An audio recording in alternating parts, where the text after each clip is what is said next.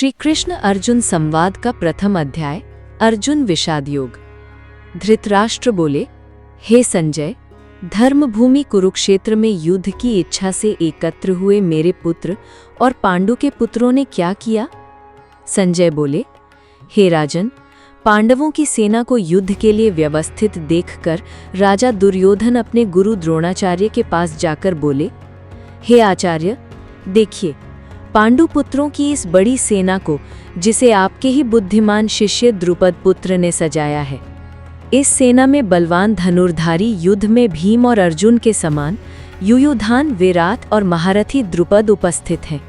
इनमें धृष्टकेतु, चेकितान, पराक्रमी काशीराज, पुरुजित, कुंतीभोज और श्रेष्ठ पुरुष शैब्य भी हैं। बलवान युयुधामन्यु, पराक्रमी उत्तमौजा, अभिमन्यु तथा द्रौपदी के 5 पुत्र भी सभी महारथी हैं। हे गुरुदेव, अब आप मेरी ओर से जानिए, हमारी सेना के प्रधान वीर कौन कौन हैं, जिन्हें मैं आपको अवगत कराता हूँ। इसमें आप स्वयं, पितामह भीष्म, कर्ण, युद्ध विजयी कृपाचार्य, अश्वत्थामा, विकर्ण और सोमदत्त का पुत्र भीष्म कुमार भी हैं। इसके अतिरिक्त और भी अनेक वीर मेरे लिए अपने जीवन की परवाह किए बिना युद्ध करने को तैयार हैं। वे सब प्रकार के शस्त्रास्त्रों से सुसज्जित और युद्ध कला में निपुण हैं। हमारी सेना पितामह भीष्म द्वारा रक्षा किए जाने पर भी अपर्याप्त प्रतीत होती है, जबकि पांडवों की सेना भीम द्वारा रक्षा किए जाने पर पर्याप्त प्रतीत होती है। आप सब अपने अपने स्थानों पर स्थित होकर सब ओर से पितामह भीष्म की रक्षा करें। तब कुरुवंश के वृद्ध पितामह भीष्म ने दुर्योधन को हर्ष देने के लिए सिंहनाद के समान ऊंची गर्जना करते हुए अपना शंख बजाया। उसके बाद शंख, नगाड़े, ढोल, भेरी और नरसिंघे एक साथ बज उठे। वह ध्वनि बड़ी भयंकर गूंज उठी।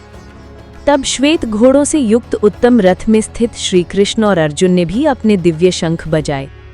ऋषिकेश श्री कृष्ण ने पांचजन्य शंख, धनंजय अर्जुन ने देवदत्त शंख और भीमकर्मा वृकोदर भीम ने प्रचंड पौंड्र शंख बजाया।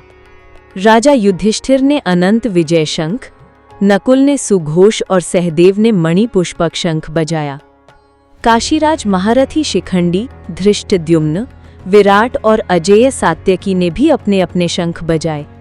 हे राजन, राजा द्रुपद, द्रौपदी के 5 पुत्र और महाबाहु अभिमन्यु ने भी अपने अपने शंख बजाए। उन शंखों के भयानक गर्जना आकाश और पृथ्वी को गुंजा रही थी और उसने धृतराष्ट्र के पुत्रों के हृदय विदीर्ण कर दिए। तब धृतराष्ट्र के पुत्रों को सेना की स्थिति में खड़े देखकर कपिध्वज अर्जुन ने युद्ध की आरंभिक घड़ी में धनुष उठा लिया। अर्जुन बोले, हे अच्युत, मेरा रथ दोनों सेनाओं के बीच में खड़ा कीजिए, ताकि मैं युद्ध की इच्छा से खड़े हुए इन योद्धाओं को देख सकूं और जान सकूं कि इस युद्ध में मुझे किन किन से लड़ना है। मैं उन योद्धाओं को देखना चाहता हूं जो दुर्योधन की मूढ़ बुद्धि से प्रेरित होकर उसके लिए युद्ध करना चाहते हैं। संजय बोले, हे राजन, गुडाकेश के इस प्रकार कहने पर ऋषिकेश श्री कृष्ण ने उत्तम रथ को दोनों सेनाओं के बीच में खड़ा कर दिया और भीष्म, द्रोणाचार्य तथा अन्य राजाओं के सामने श्री कृष्ण ने कहा, हे पार्थ, देखो, ये सब कुरुवंश के लोग यहाँ एकत्र खड़े हैं।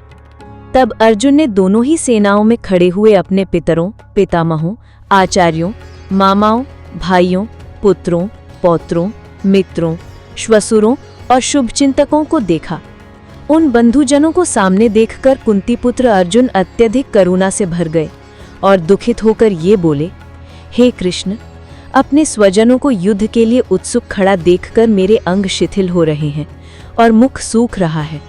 मेरे शरीर में कंप हो रहा है, रोमांच खड़ा हो रहा है, हाथ से गांडीव धनुष छूट रहा है और त्वचा जल रही है।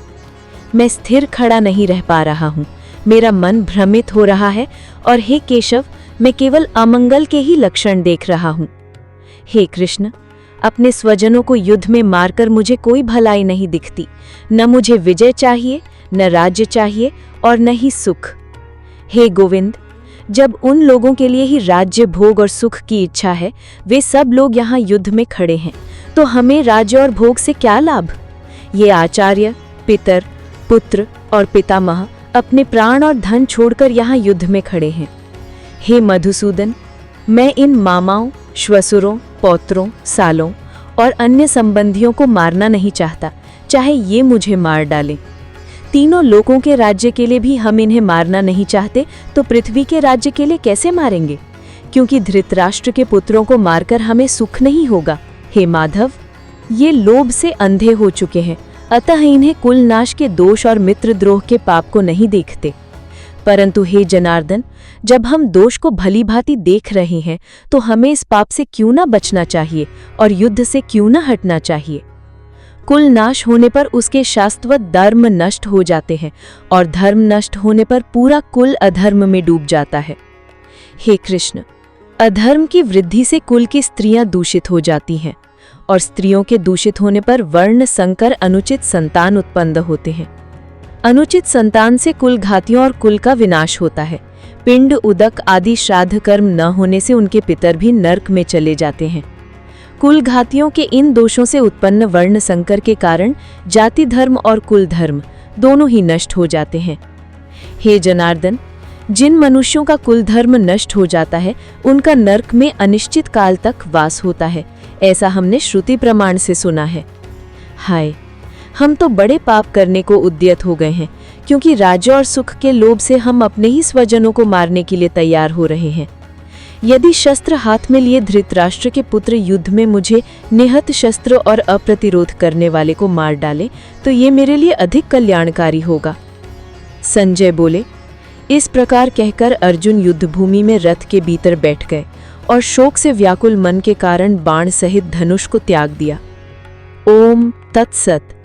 इस प्रकार उपनिषद स्वरूप श्रीमद् भगवद गीता के ब्रह्म विद्या रूपी योग शास्त्र में श्री कृष्ण अर्जुन संवाद का प्रथम अध्याय अर्जुन विषाद योग पूर्ण हुआ।